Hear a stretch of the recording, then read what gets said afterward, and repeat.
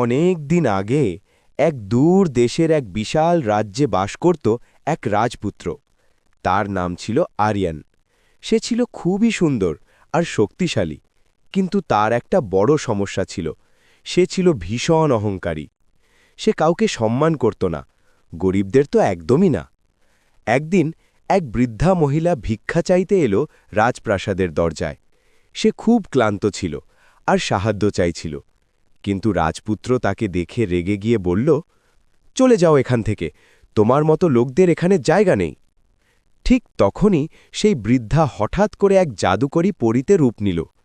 পরী রাগান্বিত কণ্ঠে বলল, তুমি খুব অহংকারী আরিয়ান, তোমার হৃদয়ে কোনো দয়া নেই। তাই আমি তোমাকে অভিশাপ দিচ্ছি, যতদিন না তুমি কাউকে সত্যিকারের ভালোবাসতে পারবে, ততদিন তুমি এক ভয়ঙ্কর দানব হয়ে থাকবে।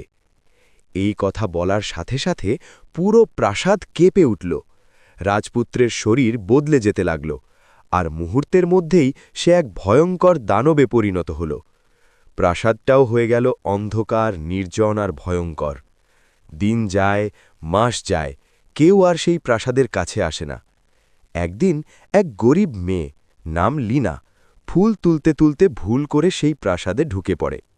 হঠাৎ করে দানব তার সামনে এসে দাঁড়ায় আর গর্জন করে ওঠে, কে তুমি, এখানে কেন এসেছ? লিনা খুব ভয় পেলেও সাহস করে বলল, আমি পথ ভুলে এসেছি, আমাকে দয়া করে যেতে দাও। দানব কিছুক্ষণ চুপ করে থাকে, তারপর আস্তে করে বলে, ঠিক আছে, তুমি যেতে পারো। এটাই ছিল প্রথমবার যখন সে কারো প্রতি দয়া দেখালো। তারপর থেকে লিনা মাঝে মাঝে প্রাসাদে আসতে থাকে। সে দানবের সাথে কথা বলে, তাকে গল্প শোনায়, আর ধীরে ধীরে দানবের মন বদলাতে শুরু করে।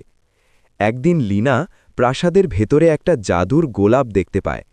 গোলাপটা অদ্ভুত আলো ছড়াচ্ছিল, কিন্তু তার পাপড়িগুলো একে একে ঝরে পড়ছিল।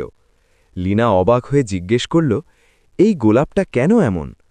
দানব গভীর দুঃখ নিয়ে বলল, এই গোলাপটাই আমার অভিশাপের চিহ্ন। শেষ পাপড়িটা ঝরে পড়লে আমি চিরতরে দানবী থেকে যাব। এই কথা শুনে লিনার মন খারাপ হয়ে যায়। হঠাৎ একদিন লিনা খবর পায় যে তার বাবা খুব অসুস্থ। সে দানবকে বলে, আমাকে যেতে হবে, আমার বাবাকে বাঁচাতে হবে। দানবের চোখে কষ্ট ফুটে ওঠে, কিন্তু সে তাকে থামায় না। সে শুধু বলে, যাও, আমি অপেক্ষা করব। লিনা চলে যায়। দিন যায়, সময় কেটে যায়। এদিকে গোলাপের পাপড়িগুলো প্রায় সব ঝরে পড়ে।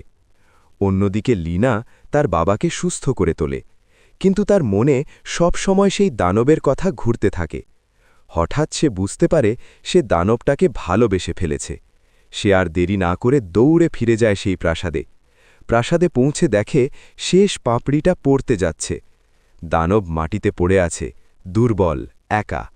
লিনা কেঁদে উঠে বলে, না, তুমি আমাকে ছেড়ে যেতে পারো না। আমি তোমাকে ভালোবাসি, তুমি যেমনই হও না কেন। ঠিক তখনই শেষ পাপড়িটা ঝরে পড়ে, আর সাথে সাথে চারদিকে আলো ছড়িয়ে পড়ে। জাদুর শক্তিতে দানব আবার এক সুদর্শন রাজপুত্রে পরিণত হয়। পরী আবার এসে উপস্থিত হয় আর হাসি মুখে বলে, সত্যিকারের ভালোবাসাই সবচেয়ে বড় জাদু, তুমি পরীক্ষায় উত্তীর্ণ হয়েছ। এরপর থেকে রাজপুত্র আরিয়ান আর লিনা সুখে শান্তিতে জীবন কাটাতে থাকে, আর সেই অভিষিপ্ত প্রাসাদ আবার ফিরে পায় তার আগের সৌন্দর্য। এই গল্প আমাদের শেখায়, অহংকার মানুষকে একা করে দেয়, আর ভালোবাসা সব অভিশাপ ভেঙে দিতে পারে।